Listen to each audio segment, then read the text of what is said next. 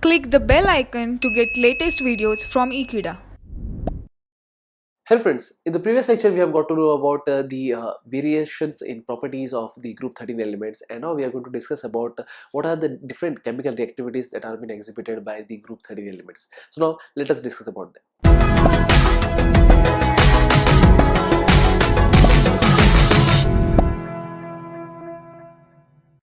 So this chemical properties we are going to talk about is means we are going to talk about that what is the action of oxygen, nitrogen on the group 13 elements, as well as halogen and water molecule on the group 13 elements. So let us discuss about it one by one, and for that we have a first one that is we are going to talk about, that is action of air on the group 13 elements. So let me discuss about this thing, that is since boron is the one that is having an allotrope, that is it is in the form of crystalline as well as it is in the form of amorphous. So that's the reason that the air, which consists of oxygen as well as it consists of nitrogen, so it cannot be completely reacted with that of a pure or basically a crystalline boron. So therefore amorphous boron, it reacts with oxygen. Similarly the aluminium and all other elements, they have an ability to react with that of oxygen. So that's the reason that we could generalize this reaction in the form of, that is, in this case basically 4 moles of the element, that is of group 13 elements, it reacts with, that is, 3 moles of oxygen atom, oxygen molecule, so as to form, that is 2 moles of, we could write it here as, so this is the oxide that is been formed. So this is the general reaction that I have mentioned about the group 13 elements. So let me discuss about that is an example. So suppose if we have considering, that is boron, suppose if boron undergoes oxidation so as to form a particular oxide, so therefore the reaction would be, that is, you have to follow the same general reaction, and that is the reason that we could get, that is 2 moles of B2O3. So we could also consider it for, that is thallium also. But let me talk about the further more important thing, that is if we consider about the oxides of boron, and if we consider the oxide of aluminum, there is a huge difference. For example, if you are talking about B2O3, then B2O3 is basically, it is an acidic oxide, while talking about Al2O3, so this Al2O3 is basically an amphoteric oxide. And talking about that is the thallium and the other elements, they are basically acidic in nature. So this is something that I have mentioned about that what will happen if the group 13 elements are reacted with that of oxygen. So let me give you another reaction, that is, it is related to nitrogen. Suppose if I'm considering the another general reaction where the group 13 elements are reacted with the nitrogen molecule that has been present in the air. So the reaction could be given as, in this case basically 2 moles of the metal, 2 moles of the element is being reacted with that is nitrogen, so as to form a nitride, and in this case I could represent it as,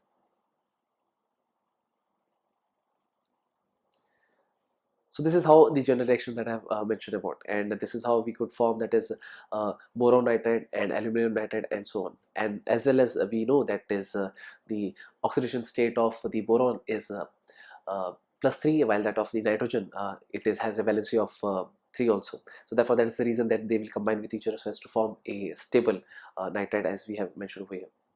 So it goes on, and that's the reason that this is the reaction that I have mentioned about. And now let us move on to the next one, that is reactivity of the metals, or reactivity of the elements of group 13 with halogen. So let me generalize this also.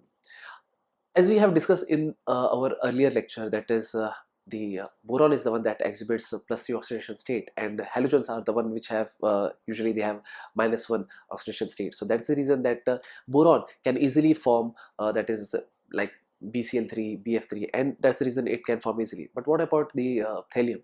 So even that is what we are going to talk about. But let me discuss about the general reaction first, that what happens when the group 13 elements are reacted with that of the halogen molecule. So the general reaction, it could be represented as the 2 moles of that is the element that is belonging to group 13 is been reacted with that is 3 moles of halogen at a halogen molecule. So therefore we could write it as X2, and in this case this X could be fluorine, chlorine, bromine, and that's the reason that we could obtain the molecule, or we could obtain a compound which is basically 2 moles of So this is what we could obtain. So suppose if we take an example of that is again boron. Suppose if I'm talking about boron, so boron will react with that of the halogen. For example, if I'm reacting with chlorine molecule, so that's the reason that 3 moles of chlorine will be reacted with that is 2 moles of boron, so as to form that is 2 moles of boron trichloride. But in this reaction, even the if you take the another example, that is during the formation of AlCl3, again the same general reaction it will follow. But talking about the thallium, thallium can easily form that is thallium chloride, that is TlCl.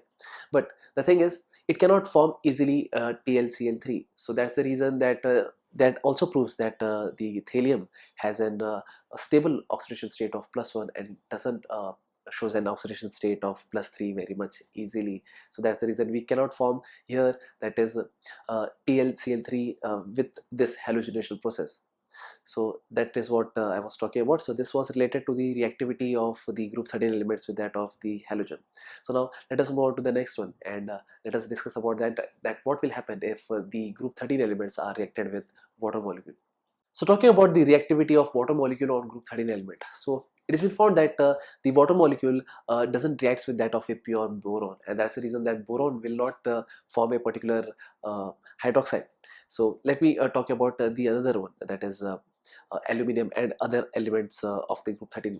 So in that case, basically, it has been found that aluminum it reacts with water molecule, and that's the reason it forms an oxide layer also. But boron doesn't forms any kind of reaction with, even though in cold water or even though in hot water. So let me give an idea that what happens if aluminum is reacted with the water molecule. So it is found that 2 moles of aluminum, it has been reacted with that is 6 moles of H2O. So in this case, again, a decomposition of water takes place over in such a way that we could found that is 2 moles of aluminum hydroxide along with that of the evolution of the hydrogen gas. So this is the reaction that I'm talking about, that is aluminium, and this is how the reaction happens. But talking about the next part, that is so since I have talked about that is boron, it is not reacting with that of water molecule. Aluminum, it reacts with water molecules so as to form aluminum trihydroxide or aluminum hydroxide. And talking about the next one, that is gallium and indium. Even the gallium and indium, they are not that much reactive with that of water, and that's the reason that they are not reactive like that of boron. But talking about the thallium, so thallium can react with water, but the reactivity of thallium is more compared to that of the gallium, and that's the reason that they have. So this is how we have discussed about the different reactivities, different chemical reactivities that are being exhibited by the group 13 elements. So this is what I was talking about, and that's it. So thank you friends for watching this video. I hope you have understood the chemical reactivities of the group 13 elements, and I hope you will share this video with your friends. And yes, don't forget to subscribe Ekeeda channel. Thank you so much.